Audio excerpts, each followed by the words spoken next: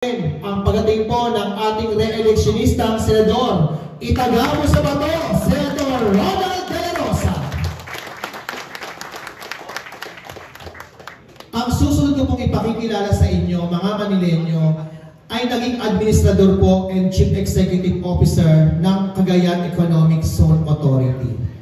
Naging Presidential Advisor din po siya for North Luzon noon pong July 14, 2016, July 2017. At naging administrador po noong July 2017 hanggang 2022 sa ilalim po ng pamahalaang Rodrigo Roa Duterte.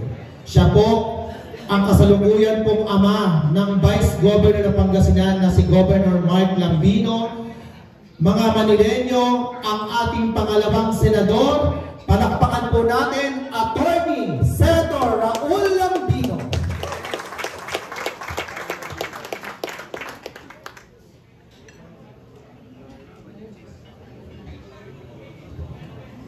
Magandang umaga po sa ating lahat, kapwa Manileño. Sinabi kong kapwa Manileño kasi po yung tatay ko, matagal po siyang nanirahan sa Maynila habang nagtatrabaho po siya sa Malacanang. Nanirahan po kami dyan sa San Marcelino. At sa dyan po, kuminsan doon sa Paco, sa may Cristobal Street. Yan. Di ba mayroong Philippine Refining Company na pabrika dyan sa may Paco nung araw? Nadadaanan ko po yan. Pero doon po ako pinag-aral sa Pangasinan ng nanay ko. So ang tatay ko, dinadala niya ako buwan-buwan para makita ko yung Maynila. Sabi niya, para mamulat ka kung ano yung totoong buhay sa Pilipinas. Kaya po, natutuhan ko po yung Manila. Sa pinuno ng mga barangay sa Kamaynila na narito po ngayon at yung mga wala, kami po ay nagpapasalamat po sa inyo sa pagkakataon na binigay po ninyo sa amin para makilala po ninyo ang Team Suka, Team Asin, Team Duterte PDP Laban. Maraming salamat po. Gusto ko rin po batiin yung aking mga kababayan sa Northern Luzon. Agga po, dita Ilocos Region, dita Region 1, Agingana, dita Region 2, Cagayan Valley, Isabela, Nueva Vizcaya, Quirino, kaya dita Cordillera. Isa rin po akong Igorot. Taga-Kalinga po ako, sabi ko kasi inadapt po ako na Kalinga. May saakmet, kakapada yung nga Igorot apo, na kayo nga kabagyak dita Cordillera. At siyempre po sa probinsya po ng Pangasinan, kung saan po yung aking anak ay kasalukuyang Vice Governor po. Pangatlong termino na po ng aking panganay na anak bilang Vice Governor. Kung papalarin po sa seleksyon ito. Masantos siya Kapusan at Sigayuran, Kabalayan, Tankaluyagan at Pangasinan. Yung aking mga kabalen din sa Pampanga at sa Tarlac, Maya Paaga, Kitongan, mga kabalen. Marunong din po kasi ako magkakampaan kasi po matagal po akong abogado ni President Gloria Macapagal Arroyo. Malala niyo po, nung kinulong si President GMA noong 2010 hanggang 2016, ako lamang po yung humaharap na abogado, dinidepensahan ko siya sa lahat ng media, television, radyo.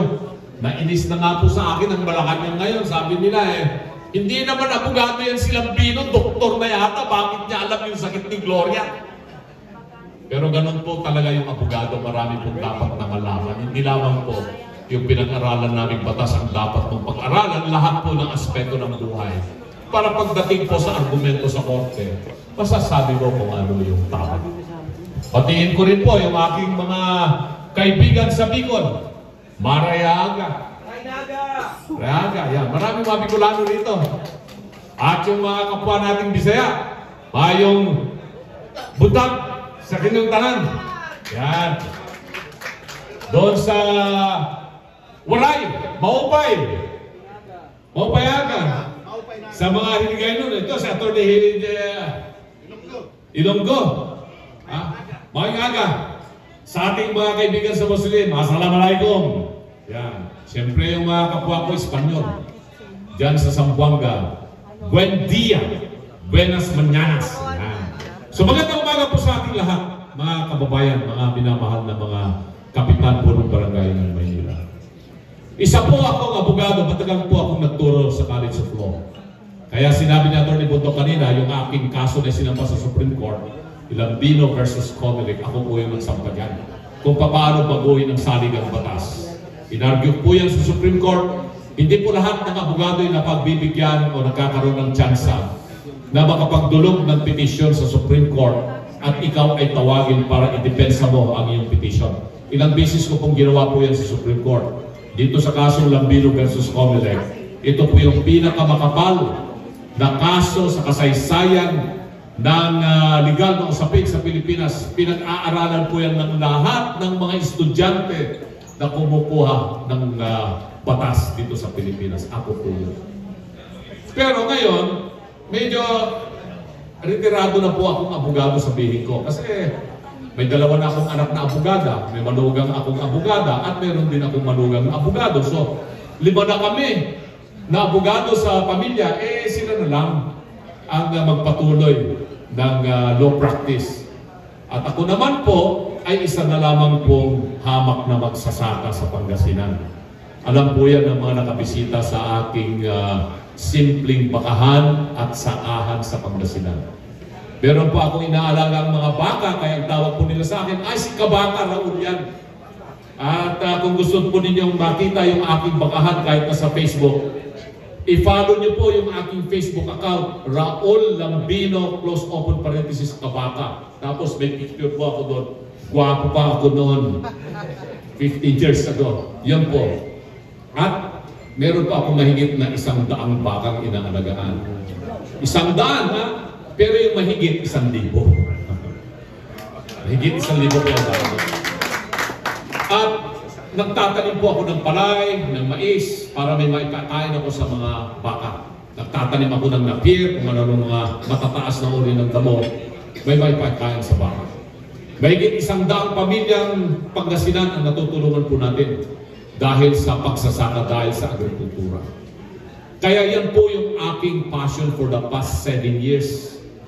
Alam ko po yung problema tungkol po dyan sa pagkain. Nabanggit na nga po ni Atty. Bunto kanina, umaangkat po tayo ng bigas. Bakit hindi natin makayanan na magkaroon ng self-sufficiency food security sa Pilipinas? Dahil po sa corruption. Corruption pa rin talaga yung problema. Magbibigay sila ng pondo sa NAIA o sa NIA, National Irrigation Administration. Gagawa sila substandard ng mga irrigation system, mga irrigation canal. Kung minsan nga, wala nang tubig na darating doon sa kanal. Paano naman mabubuhay yung ating mga magsasaka kung gano'n? Tapos, kukuha sila ng pondo, bibili sila ng mga water pump. Kung nangyayari, subterranean river o subterranean water, ibubumba nila patas. Wala pang isa po, sira na yung motor na nabili nila. Kawawa yung mga magsasaka natin dahil sa corruption. Pag meron man pumaani yung ating mga magsasakang palay, kailangan po nila ng post-harvest facilities. Kailangan nilang ipaaraw po at ibilad po nila. Pero kung ang pagbibiladan po nila ay mga bako-bakong mga kalsadang sinimento, wala pang 1 buwan, lumabas na po yung mga bato, wala na rin, di mo rin po magagamit yun. So hindi nakakarating yung mga sasakyan patungo po sa kabukiran o sa mga bulubundukin. Mura po yung mga pagkain sa probinsya sa Nayon, pero hindi po nakakarating sa kamay nila ang karamihan o kaya sa merkado. Kaya mahal ang pagkain, kulang sa supply. Agrikultura po ang pinakapundasyon ng lahat ng bansang nagtamo ng industrialization, maging yan ay sa Europa o sa Amerika o sa Japan, lalong-lalo na ngayon po ang China. Sabi nga sa akin tinanong, paano ko naman masasabi? Hello? Ayan, galit na yung Team ABP. Hello? Yung Team ABP, galit na sa amin. ABP, di ba? Yung kanilang pangalan ng grupo, ABP. No? Sabi ng isang vlogger, yung PDP Laban Duterte team ay Team Suka, Team Asim. Yung sa kabila man, Team ABP, ano yun? Alliance Sarap, sabi nila. Sabi ng isang vlogger, sabi niya, ay ABP, eksakto. Addictus benedictus pulboronic. Sabi nila. Hindi ako nagsabi niyan, ha? Kinukulan niya isang vlogger dyan, ha? Vlogger ang nagsabi niyan. O, hindi ako, kinukot ko lang para malaman ko ninyo. Ganon din, sabi ng isang vlogger ulit. Ito vlogger na naman, nasaan isang vlogger dito? Dito, marami silang vlogger dito. Nako, may maganda pang meaning ng EBP. Ano yun? Alyansa ng bangag sa pulburon. Hindi ko dyan, ha? So, hindi po tayo naninira. Inasabi ko lang po ang katotohanan. Team Suka, Team Asin, ang aming grupo. Hindi ko po kinahihiyayan, talagang sinagot ko kagad. Totoo po, nung bata ako hanggang ngayon, pag pinabibili po ako ng suha, dinideliver ko po tunay na suka. Sukang Ilocos o sukang Bombong. Kasi ang suka, sausawan po yan ng bayan para masarap ang kainan, di ba? Kahit na marami kang makakain na suka, hindi ka masusuka. Pero pag naparami yung pulburon, masusuka ka. Tumatawa si Senator Bato. Alam niya kasi yan eh. Siya yung leader ng Operation Tukwang eh. Kaya alam po niya yan. No? So pagpatuloy natin, nabanggit na ni Atty. Bundok kanina. Alam niyo, Atty. Bundok, naiingit ako rito eh. Bata pa yan. Kagaling kumanta, kagaling mag-gitara. Hindi ko na sasabihin kung sino yung mga kapartner ng magagandang singer. Sinusundan ko yung Quezon City man yun ng kanyang sa pupuntang kakanta yan. Alam ko lahat yung mga magaling na mga kumanta. Sinupuntan ko yan si Jimmy Bundok. At ako'y natutuwa na hindi lamang po pag-artista, pagiging musikero ang kanyang ginawa at naging abogado siya. Ngayon, isa siya sa mahusay na abogado. Yan natin makikita. Edukasyon para sa kabataan, yan ang isa sa advokasya ng Team Suka.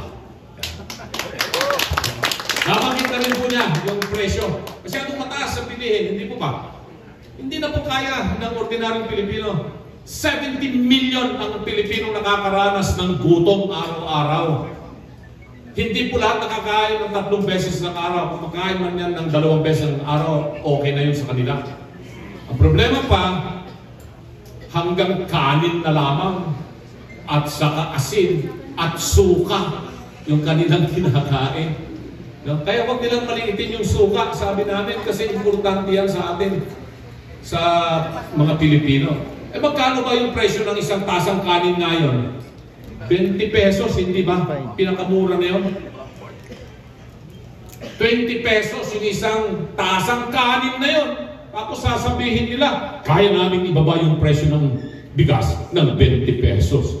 Diyos ko po, imposibleng pangako po yun. Imposibleng pangako. Mas malala pa sa imposibleng promisa yun. No? Hindi po nila kayang gawin yun. Pero bakit ang Japan? Yan, lagi tinatanong ko tungkol sa agrikultura. Paano kakayanin ng Pilipinas na magkaroon ng sapat na pagkain? Samantalang malawak nga yung lupain natin, pero maraming bunubundukin. Pag tinignan mo yung geological formation ng Pilipinas at saka Japan, halos pareho. Yung lawak ng land area natin, almost 300,000 square kilometers. Ganon din po ang Japan, bunubundukin. Pero bakit ang Japan sapat ang pagkain? Halos doble yung population ng Japan kaysa sa atin. More than 200 million sila, tayong mga nasa 110, 120 million. Sama mo yung overseas Filipino workers. Bakit kulang tayo sa pagkain? Dahil hindi inasikaso ng gobyerno ang agrikultura. Lagi na lamang po ang kanilang polisiya. Hanggang ngayon, mas malala pa ngayon. Importation, importation, importation. Baka lang pag-usapan natin, ilang porsyento ba ng karning baka ang ini-import natin para meron po tayong makain sa Pilipinas? 95% ng baka na kinakain natin, karning baka, beef, imported po yan. 5% lang po yung naproduce natin. Dairy, sabihin natin, yung gatas, 99% ng gatas, imported po yan, 1% lang yung naproduce ng Pilipinas. Manok, baboy, lahat, pati isda, pati patis. Bumibili tayo sa Thailand ng patis. Ang masakit pa, pati asin. Ini-import natin. Ibig sabihin nun, may problema ang polisiya sa agrikultura. Ano ang solusyon nito? Gayahin natin ang Japan. Kasi ang Japan, ang agrikultura nila, polisiya lang po ang ginagawa ng national government. At tinitignan nila yung mga local government units kung tama yung kanilang ginagawa.